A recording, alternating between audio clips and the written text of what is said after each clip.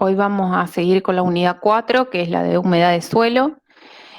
Nos quedó pendiente saber qué es la unidad del suelo, la importancia que tiene, los métodos que hay para determinarla, y también le voy a dar las pautas para la realización de la primera parte del trabajo práctico 2, que es el que estuvieron haciendo, registrando los pesos. Bueno, empezamos. ¿Qué es la humedad del suelo? La humedad del suelo es la cantidad de agua por volumen de tierra, de suelo, que hay en un terreno. Normalmente se consideran, es la cantidad de agua entre el punto de marchites permanente y la capacidad de campo. Recuerdan que la clase pasada Francisco nos explicó que el punto de marchites permanente es la humedad que permanece en el suelo una vez que se drenó, una vez que entra el agua y drena en el perfil del suelo. eh, Eso se considera,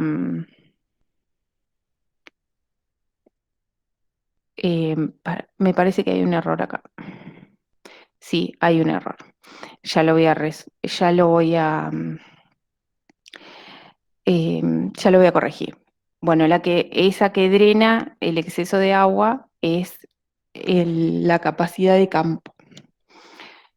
Y el punto de marchites permanente es la humedad que queda retenida por el suelo, que no está disponible para las plantas. O sea, cuando la planta ya no puede absorber más, pero si uno la regara, eh, se recompone, ¿no?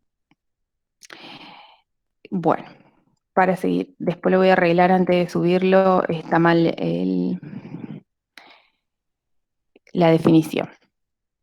Bueno, la humedad del suelo o el contenido del agua en el suelo es un parámetro que nos da idea de el estatus o el estado que tiene el suelo de humedad, ¿no?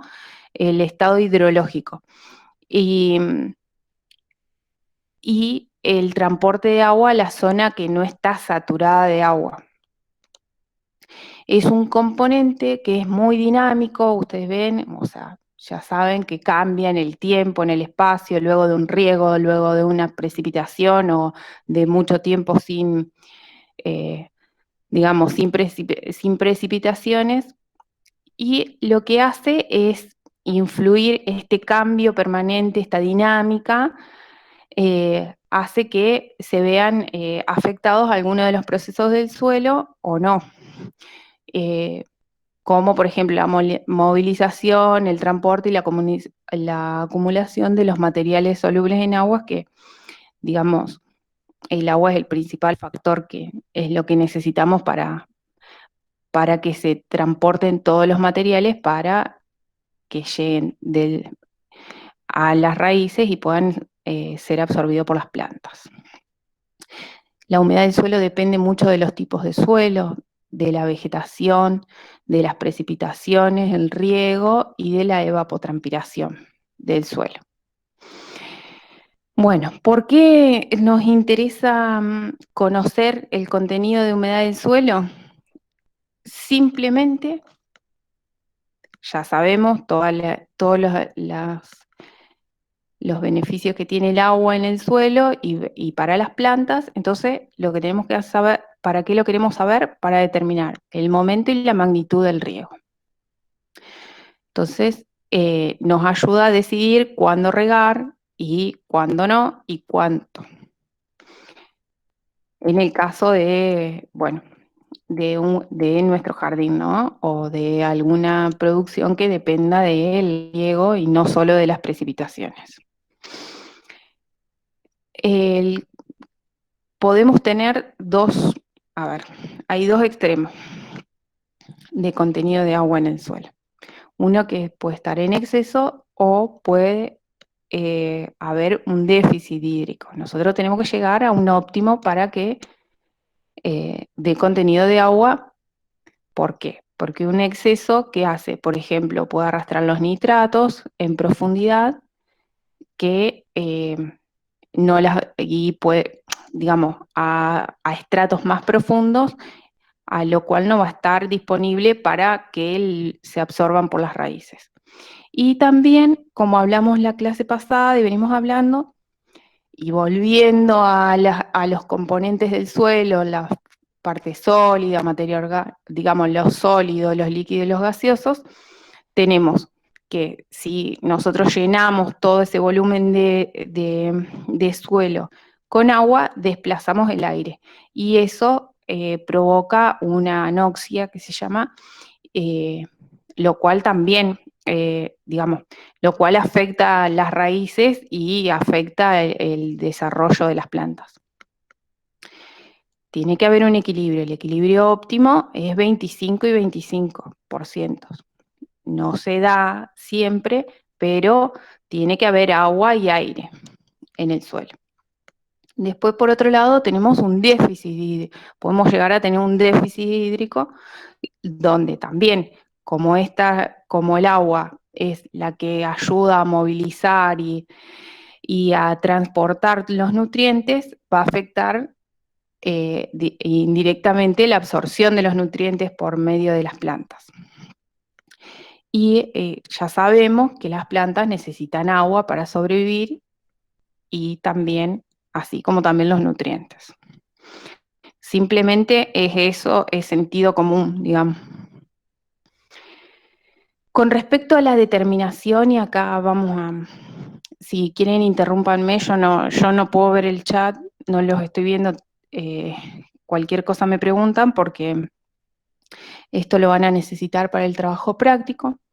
Hay un par de métodos conocidos para determinar humedad del suelo o agua en el suelo.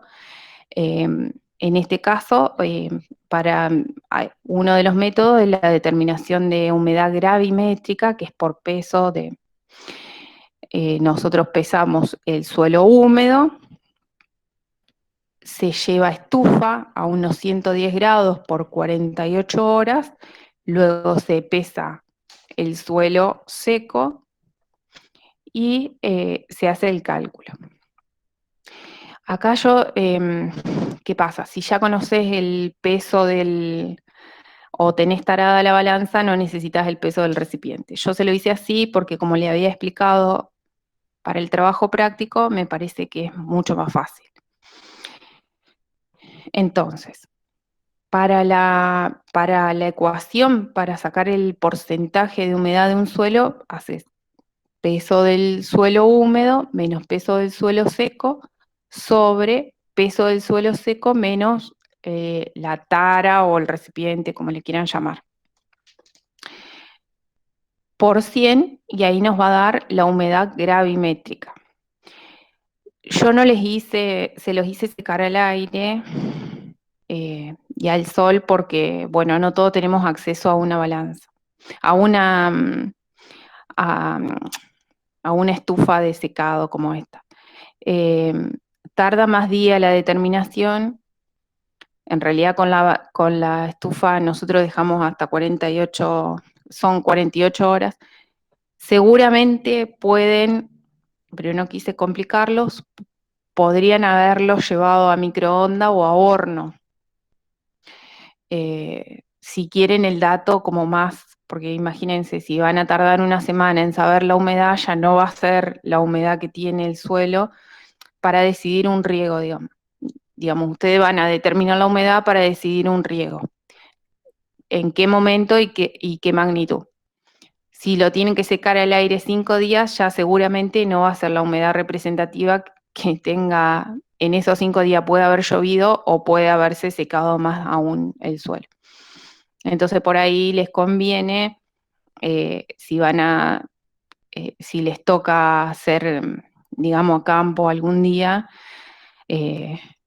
esta determinación es utilizar la microondas o el horno y secarlo. Tienen que secarlo a peso constante. En el laboratorio lo hacemos durante 48 horas a 110 grados. Después tenemos la determinación volumétrica, que se determina la humedad gravimétrica con el método anterior y se lo multiplica por la densidad aparente del suelo. La densidad aparente ya Luis les había dado la fórmula. Y después tenemos un método empírico que yo lo puse acá como para conocimiento de todos, no lo vamos a aplicar, pero es, digamos, una determinación de un rango de humedad al tacto sería, parecido como hicimos lo de textura.